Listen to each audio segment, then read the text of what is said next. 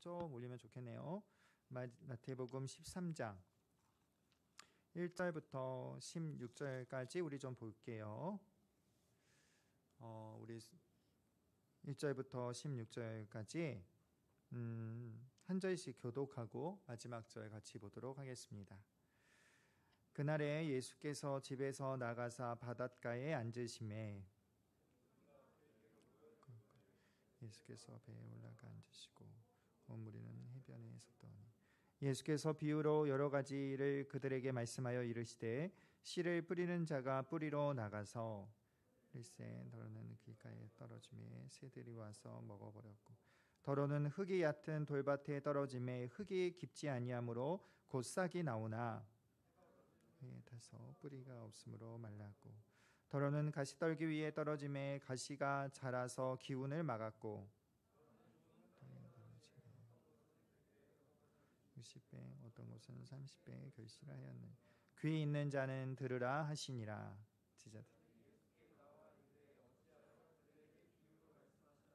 대답하여 이르시되 천국의 비밀을 아는 것이 너희에게는 허락되었으나 그들에게는 아니 되었나니 있는 자는 받아서 넉넉하게 되되 없는 자는 그거 있는 것도 빼앗기.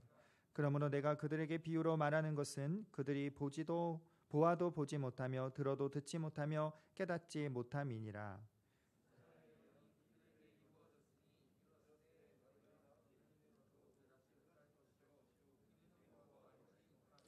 이 백성들의 마음이 완악하여져서 그 귀는 듣기에 둔하고 눈은 감았으니 이는 눈으로 보고 귀로 듣고 마음으로 깨달아 돌이켜 내게 고침을 받을까 두려워함이라 하였느니라.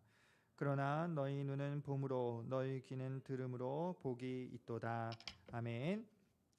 자, 여러분 13장 전체 요지는 뭘까요? 13장 전체는 물론 천국에 대한 말씀을 하고 있어요. 천국에 대한 말씀을 이제 계속 비유로 주님 말씀하시는데 동시에 끌고 가는 하나의 큰 흐름이 있어요. 그것은 무엇냐면은 11장부터 이어온 것인데 11장부터 이어온 종교 지도자들의 완악함, 그러니까 종교 지도자들의 믿지 않음, 종교 지도자들의 그러한 불순종의 모습들을 계속 저자가 지금 끌고 오고 있다는 거예요. 그래서 예수님은 오늘 본문의 비유에서도 9절처럼 귀 있는 자는 들으라 라고 말씀하시는 거고 왜 비유에 대해서 말씀하시는지, 왜 비유로 말씀하시는지를 두 번이나 언급하고 있어요. 우리는 이제 16절까지만 살펴볼 텐데 먼저 11장, 12장에서는요 어떤 사건이 펼쳐지냐면 종교 지도자들이 계속해서 예수님을 대적하기를 시작했습니다. 예수님을 이제 죽이려고 모의하기를 시작했어요. 그리고 또 예수님의 기적을 가리켜서 뭐라고 말했냐면은 우리가 잘 아는 대로 이는 성령의 역사가 아니라 사탄의 역사다. 그러니까 예수님이 누구라는 얘기예요? 어디에 속해 있는 사람이라는 이야기예요? 예수님은 하나님의 부름을 받아 하나님께서 보내신 그리스도가 아니라 마귀에게 속한 자다라고 그렇게 예수님을 모독하는 사람들이 바로 이 바리새인과 사두개인과 종교 지도자들이었다는 거예요. 예수님은 이러한 사람들을 가리켜서 성령을 거스리는 죄다라고 이렇게 말씀하셨죠. 이러한 자들에게 여러분 오늘 이러한 자들에게 예수님을 이렇게 부정하고 부인하는 자들에게 그리고 그의 주위에 둘러싸인 모든 사람들에게 오늘 천국을 비유로 말씀하시는 장면이에요. 오늘 우리가 아는 대로요 씨 뿌리는 비유를 말씀하십니다. 네 가지 밭이 있죠. 씨 뿌리는 비유에 네 가지 밭이 나와요. 그러니까 씨 뿌리는 자, 씨 뿌리는 자가 누구냐? 예수님인데 예수님이 씨를 뿌리세요. 근데 그 씨는 뭐냐면 19절에 나와 있는 것처럼 그 씨는 천국 말씀이에요. 그 씨가 네 가지 밭에 다양한 밭에 떨어집니다. 하나는 길가에 떨어지고 하나는 돌밭에 떨어지고 또 하나는 가시밭에 또 하나는 좋은 밭에 떨어져요.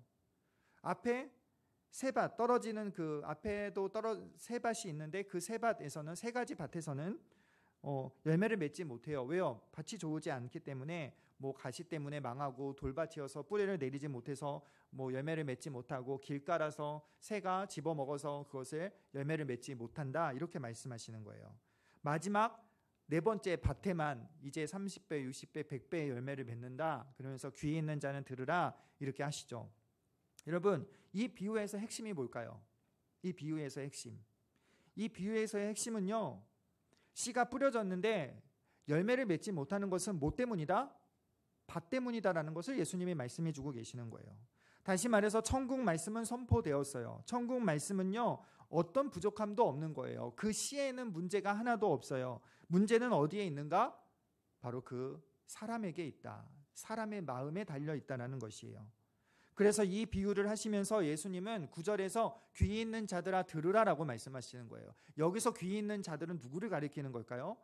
계속해서 예수님을 믿지 않던 가시밭의 마음을 가진, 돌밭의 마음을 가진, 길가 같은 마음을 가진 그 바리새인과 사두개인을 향해서 예수님께서 귀 있는 자는 들으라라고 하셨던 거예요.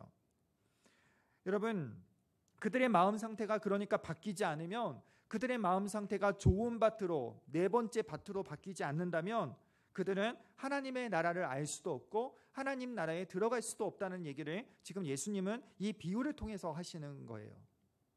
비유가 끝나자마자 이어서 제자들이 이렇게 물어보죠. 10절에 왜 비유로 말씀하십니까? 그래요. 그랬더니 11절에 이렇게 말합니다.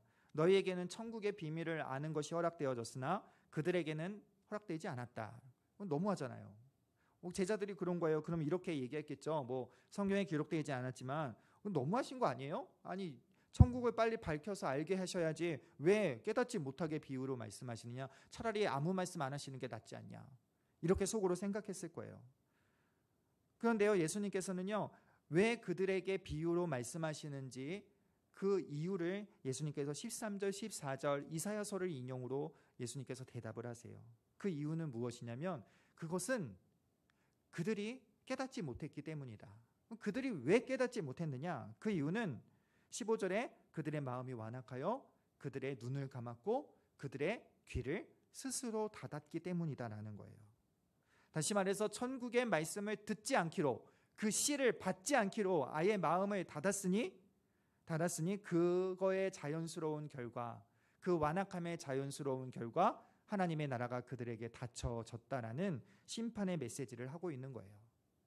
그러니까 여기서의 비유의 기능이 있는데 그 기능이 무엇이냐면 그것은 예수님께 끝까지 거부하는 자들, 마음이 좋은 밭이 아니라 완악한 마음 있는 자들에게는 결국 천국을 감추시는 심판적인 기능으로 비유가 사용되고 있는 거예요. 그러니까 어떤 이단 단체에서 주장하는 것처럼 이 비유를 무조건 숨기고 비밀이 여겨서 어떤 특정 인물이 나와야 그 특정 인물이 그 특정 인물만 해석을 할 수 있다는 그들의 주장은 전혀 문맥을 파악하지 못하는 주장이라는 거예요. 여러분, 더 나가서요, 이번에는 우리가 읽지 않았지만 34절의 비유에 대한 얘기를 한 번 더 하세요. 그 34절의 비유가 뭐냐면은 예수님께서 이렇게 말씀하시는 거죠. 내가 비유가 아니면 아무 말도 하지 않는다. 비유가 아니면 아무 말도 하지 않는데요. 근데 예수님이 3년 동안 공생의 시절에 정말로 비유만 말씀하셨어요? 그건 아니죠. 예수님께서 비유로도 말씀하셨고 때로는 직설로, 때로는 풍자로, 때로는 역설로, 때로는 은유로 다양한 방식으로 하나님의 나라와 하나님의 말씀을 가르쳐 주셨어요. 그런데 왜 오늘 본문에서 내가 비유가 아니면 말하지 아니하겠다, 이 말은 무엇일까요? 이 말은요, 시편 78편을 지금 예수님이 인용하시면서 대답을 해주시고 계세요. 우리가 읽지 않았지만 34절 35절에는 시편 78편의 말씀을 그대로 인용하시는데 그 말씀의 내용이 뭐냐면 내가 비유로 말하고 창세로부터 감추인 것을 드러내리라. 그러니까 내가 비유로 창세전부터 숨겨져 있던 것을 다 드러내리라라는 거예요. 근데 이 말씀의 맥락이 시편에서는 어떠한 맥락으로서 말씀이 되어졌냐면 시편 78편 1절에는 이렇게 시작을 해요. 내 백성이여 내 율법을 들으며 내 말에 귀를 기울일지어다. 그러면서 2절에 내가 창세로부터 감추인 것을 비유로 다 말하여 알게 하겠다라는 거예요. 그러니까 이 78편의 목적은 뭐냐면은 시편 78편의 목적이 뭐냐면은 조상들은 완고했다라는 거예요. 조상들은 듣지 않은 패역한 시대였다라는 거예요. 그런데 예수님께서 그들이 정말로 듣지 못하니까, 시편에 듣지 못하니까 내가 쉽게 말해서 천국의 비밀을 다 들려 알려줄 테니 너희는 깨닫고 믿으라 라는 것이 시편 78편의 요지라는 말이에요. 그 예수님께서 그 요지를 그대로 가져다가 내가 비유로 모든 것을 밝혀내겠다라는 거, 드러내시겠다라는 거예요. 그러니까 여기서는 비유의 목적이 다른 목적으로 사용되고 있죠. 앞에서는 심판의 목적으로, 그리고 34절 35절에서는 모든 사람을 알기 위한 비유로 목적이 다른 거예요. 그래서 예수님께서는요 13장 51절 모든 비유가 다 끝난 다음에 제자들에게 이렇게 물으시죠. 너희가 깨닫느냐? 너희가 이제 알겠느냐? 이렇게 물으시는 거예요. 정리하면요 여러분, 예수님께서 사용하신 비유에는 두 가지 기능이 있는데, 하나는 종교 지도자들과 같이 완악하여 복음을 거부하는 자들에게 천국을 감추시는 심판용으로서의 비유하고, 하나는 듣고자 하는 제자들에게 깨닫게 하고 모든 것을 알게 하는 기능으로서 비유를 말씀해 주고 계시는 거예요. 본문의 제자들을 보면요, 본문을 자세히 보면요 청중이 계속 바뀌어요. 무리들에게 비유를 다 말하세요. 그런데 비유를 해석할 때는 누구한테만 말하시냐? 제자들에게만 말하세요. 근데 그 제자들이 어떤 사람인 줄 아냐면요, 우리가 16절에 읽었던 것처럼 그들이 복된 자들이에요. 그들이 들을 수 있고 볼 수 있는 자들이라고 예수님이 말씀하시는 거예요. 그리고 36절의 말씀처럼 제자들이 비밀을 가르쳐 달라 그래요. 그러니까 하나님 나라, 천국을 알기에 힘쓰는 자들, 하나님의 말씀을 알기에 힘쓰는 자들이었다라는 거예요.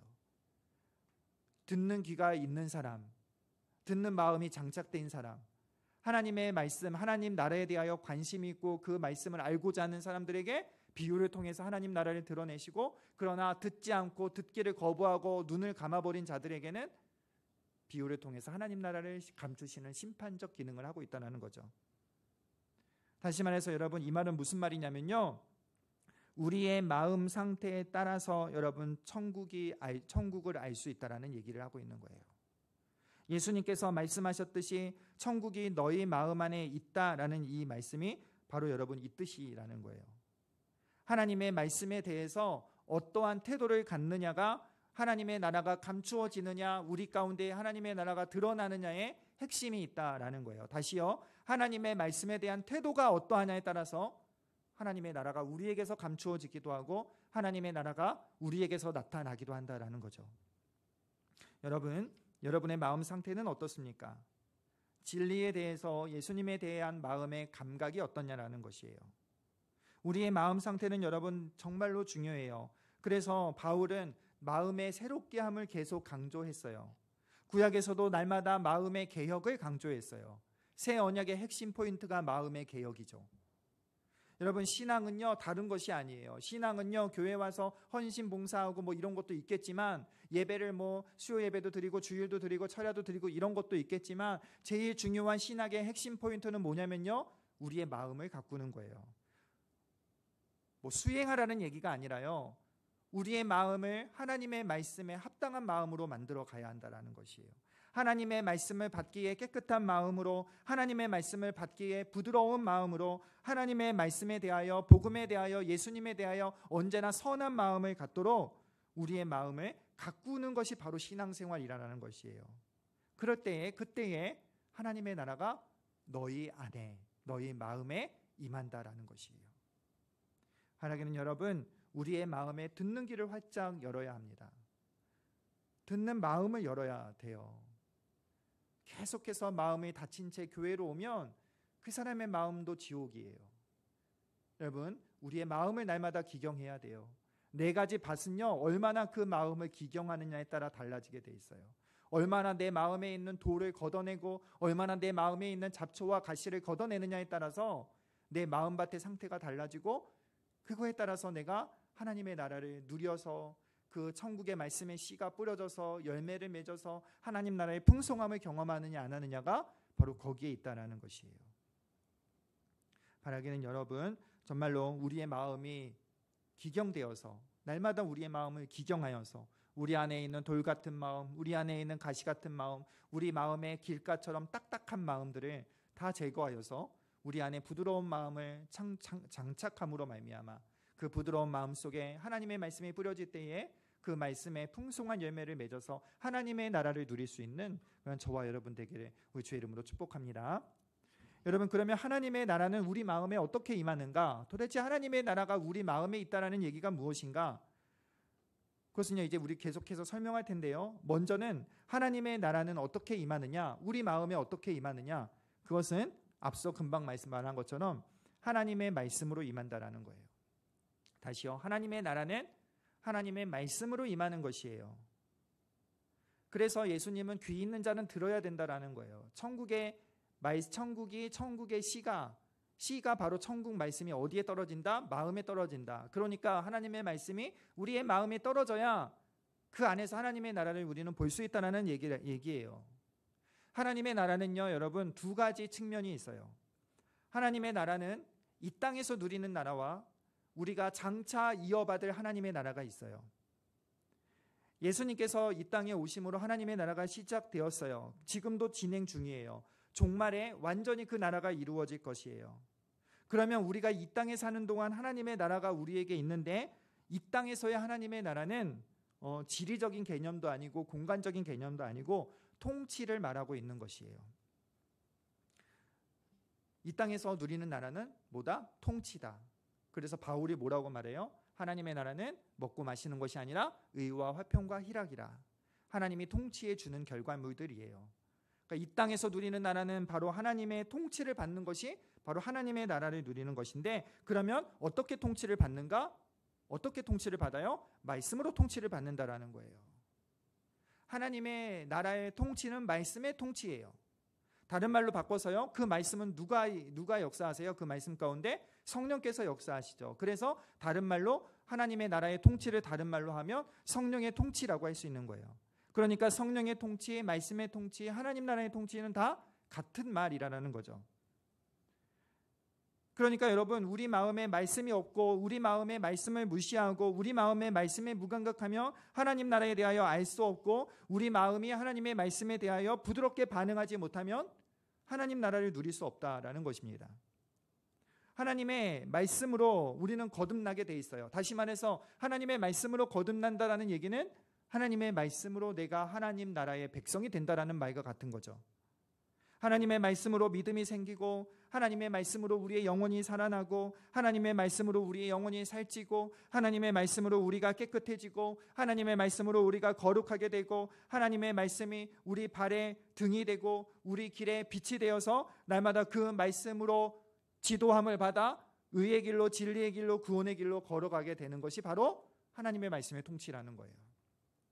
말씀의 성령의 검으로 말미암아 날마다 시험과 고난과 역경을 이겨내고 굳게 말씀에 굳게 서서 성령 안에서 의와 희락과 화평을 누리면서 우리의 믿음의 길을 하나님 나라의 백성으로 살아가는 것, 이것이 하나님 나라의 통치를 이 세상에서 받는 것이에요.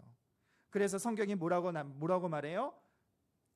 하나님의 백성은 떡으로만 살 것이 아니라 하나님의 말씀으로 산다라는 것이에요. 여러분, 데살로니가 교회는요, 고난이 심해졌어요. 고난이 심한 교회였어요. 또 이제 지리적으로는 항구 도시다 보니까 수많은 문화가 들어왔어요. 수많은 문화가 들어오면서 상업도 발달하고 그래서 경제적인 성장도 있는데 동시에 모두 같이 자랄까요? 죄도 같이 자랐죠. 그래서 음란함이 발전하게 되고 또 각종 외국에서 수입된 그러한 우상들이 들어오게 되어서 정말로 그 데살로니가 지역에서 예수 믿고 사는 일은 결코 쉬운 일이 아니었던 것이에요. 그들은 경제적인 손해도 받아야 했고 남들이 하는데 너희는 왜 안 하냐는 핍박도 받아야 했고 고난도 받아야 했어요. 그런데요, 그들이 그러한 고난과 핍박 속에서 데살로니가 교회는 어떠한 교회였느냐? 우리가 익히 아는 대로 그 교회는 믿음의 역사와 사랑의 수고와 소망의 인내가 충만한 교회였어요. 다시 말해서 하나님 나라를 누리는 교회가 바로 그 교회였어요. 그런데 이러한 고난과 역경 속에서 어떻게 이들이 하나님의 나라를 누렸는가? 그거는 데살로니가 1장에서도 설명하는데 그것은 이거였어요. 성령의 기쁨으로 하나님의 말씀을 받았기 때문이었어요. 성령의 기쁨으로 하나님의 말씀을 받았다. 즉 말씀이 우리 마음을 주장했기에, 말씀이 교회를 주장했기에 수많은 고난과 수많은 핍박과 역경 속에서도 그 교회는 하나님의 나라를 누리며 살아갔다라는 거예요. 다윗도 이렇게 얘기하죠. 그의 영혼이, 다윗이 죽게 되었을 때에 이렇게 고백합니다. 말씀을 만나서 이렇게 고백하는 거예요. 여호와의 율법은 완전하여 내 영혼을 소생케 한다라는 거예요. 내가 고난 때문에 내가 죽게 되었는데 하나님의 말씀으로 내가 살았다라는 것이에요. 다윗뿐만 아니라 수많은 시편의 기자들이 고난 가운데 무엇을 찾느냐? 고난 가운데 하나님의 말씀을 찾았어요. 왜요? 고난 가운데 하나님 나라의 능력이 거기 말씀에 있기 때문에, 하나님 나라는 말씀에 있기 때문에. 1918년에요. 토키치라는 사람이 있었어요. 일본 사람이죠. 일본 사람이 있었는데 도쿄에서 살인 혐의로 구속을 당하고 이제 사형 선고를 언도받고 이제 사형 집행만을 기다리고 있었어요. 이 사람이 죽기 며칠 전에 며칠인지 몇 달인지 웨스트와 맥도널드라는 선교사를 만났습니다. 그런데 그 선교사로부터 성경을 전달받았어요. 그러는 중에 그 성경 속에 있는 한 문장이 그의 영혼을 사로잡았어요. 그게 뭐냐면은 예수께서 이르시되 아버지여 저들의 죄를 용서하여 주옵소서 저들은 자기가 하는 일을 모르나이다라는 그 말씀이었어요. 그 말씀을 듣고 그 토키치라는 사람은 칼이 5인치나 되는 칼이 자기의 가슴을 찌르는 것과 같다라고 이렇게 고백했어요. 한 구절이 사형수를 변화시켰던 것입니다. 그리고 그 선교사가 다시 찾아갔어요. 그리고 성경의 한 구절을 알려주었어요. 그건 뭐냐면요, 근심하는 자 같으나 항상 기뻐하고 라는 말씀이었어요. 그래서 그 토끼치는 이 말씀을 받고 이렇게 고백합니다. 사형을 기다리는 수많은 사람이 근심과 불안의 초조에 붙잡혀 있지만 나는 근심도 없고 나는 걱정도 없다. 지금 감옥에 갇혀 있지만 하나님을 모르고 죄짓던 날보다 지금 이 감옥에서가 더 내게 행복하다라고 이렇게 고백을 하면서 형장의 이슬로 사라졌다라는 거예요. 하나님 나라에 갔다라는 거예요. 죄인이 기록된 하나님의 말씀으로 하나님의 나라를 만난 것이에요. 하나님의 나라를 받아들인 것이에요. 하나님의 나라를 누리게 된 것이에요. 중국 옷을 입고 활동하던 허드슨 테일러는 중국에서 수많은 고난을 당하죠. 그 고난 속에 그가 어떻게 살았는가? 그의 부인 하워드 테일러가 이렇게 말해요. 말씀을 묵상함으로 그 말씀의 다스림을 받아서 그는 중국에서의 모든 선교 사역을 할 수 있었다라는 거예요. 중국의 수많은 그 고난과 핍박 속에서 타지에서 하나님의 말씀에 묵상함으로 하나님 말씀을 다스림 받음으로 그는 하나님의 나라를 누렸기에 그는 수많은 고난을 이겨낼 수 있었다라는 것이에요. 여러분, 하나님의 말씀이 우리를 다스리면, 다시 말해서 천국이 우리 안에 이루어지고 하나님의 나라를 우리 마음에 풍성히 경험하게 되면요, 우리 안에 근심과 우리 안에 낙심과 우리 안에 우울이 힘을 쓸 수가 없는 거예요. 물론 여러분, 우리 삶 가운데 두려움이 없을 수는 없어요. 우리 삶 가운데 우울한 마음이 안 찾아올 수는 없어요. 그러나 분명한 것은 뭐냐면 하나님 나라의 통치를 받는 사람, 하나님의 말씀의 통치를 받는 사람은 우울함이 있고 또 걱정과 근심이 있지만 그것에 지배를 받지 않는다라는 거예요. 그것에 매여 살지 않는다라는 거예요. 우리가 잠깐 근심할 수 있으나 진짜 잠깐만 그런 거예요. 전혀 그것에 사로잡혀 그것에 다니며 살아가지 않는다라는 거예요. 왜요? 하나님 나라의 다스림이 더 강력하기에 그래요. 말씀에 매여 있으면 여러분, 그래서요, 찬송과 고백처럼 여러분들 다 아는 찬양인데 이렇게 고백하는 거예요. 높은 산이나 거친 들이나 초막이나 궁궐이나 내 주 예수 계신 곳이, 내 주 예수 계신 곳, 다시 한번, 하나님의 말씀의 통치가 있는 곳이, 하나님의 나라가 있는 곳이 그 어디나 하늘나라, 하나님의 말씀의 통치가 있는 곳이 그 어디나 하늘나라라. 우리의 신앙의 선배들이 계속해서 이렇게 고백하며 이 땅의 고난과 슬픔 가운데 하나님의 나라를 고백하며 살았다라는 것이에요.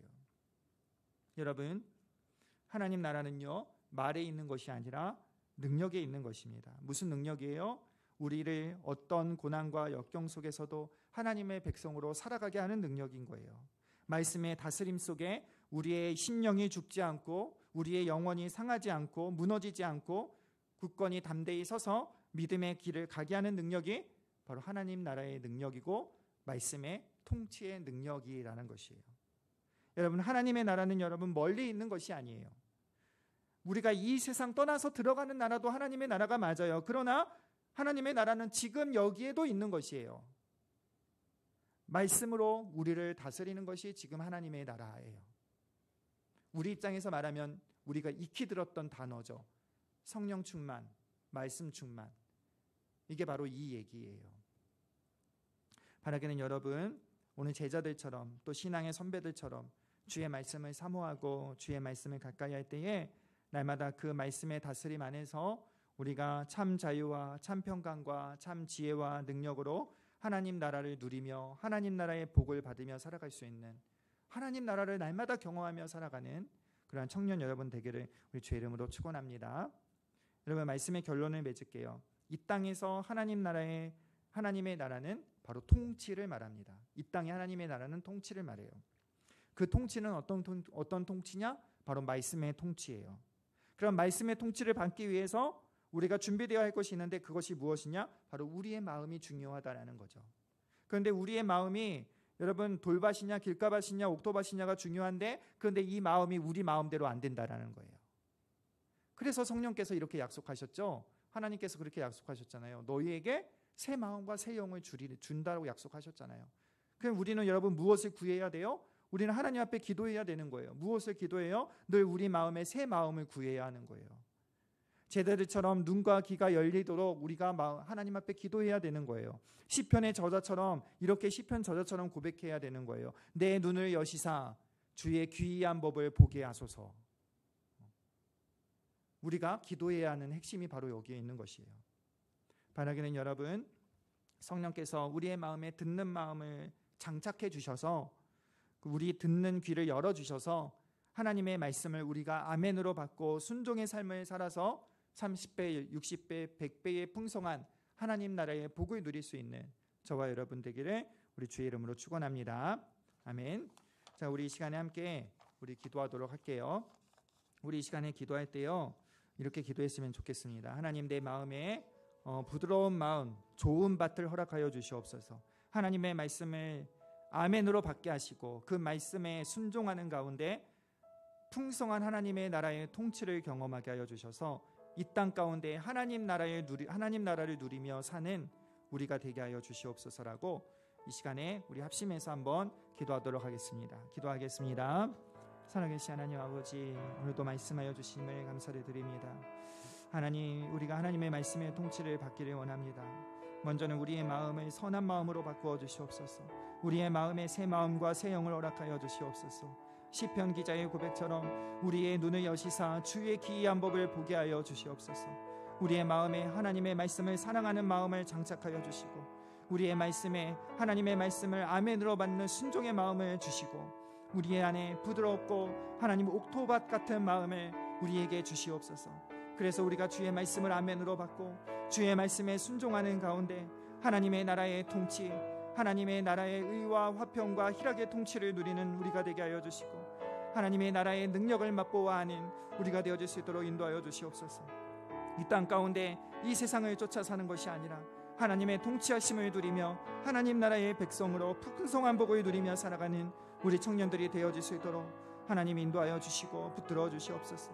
이 땅에 임한 그 하나님의 나라의 어떠하심을 알게 하여 주시고, 이 땅에서 하나님의 나라를 누림으로 말미암아 다가올 하나님의 나라를 더욱 사모하며 그 나라를 마라나타 기대하는 우리 모든 청년들이 될 수 있도록 하나님 인도하여 주시고 붙들어 주옵소서.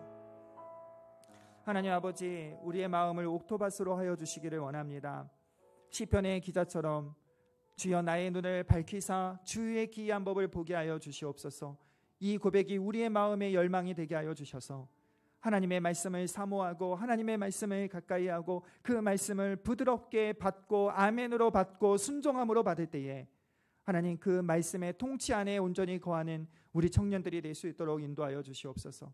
하나님의 나라의 그 통치 가운데 이 세상의 모든 것들을 감당하며 살아가게 하시고, 날마다 하나님과 동행하여 그 어디나 하나님 나라라고 고백하는 우리 귀한 청년들 되게 하여 주셔서 이 땅에 하나님의 나라를 경험함으로 말미암아 앞으로 우리에게 임할 그 하나님의 나라를 더욱더 소망하며 천국 백성으로 온전히 걸어가는 우리 귀한 청년들이 다 될 수 있도록 인도하여 주시옵소서. 예수님의 이름으로 축복하며 기도하옵나이다. 아멘. 이제는 우리 주 예수 그리스도의 은혜와 하나님 아버지의 사랑과 성령의 위로하심이 이 땅에 임한 하나님의 나라를 누리기를 원하는 우리 모든 청년들 위에, 그리고 우리 길동교회 위에 이제부터 영원까지 함께 있을지어다. 아멘.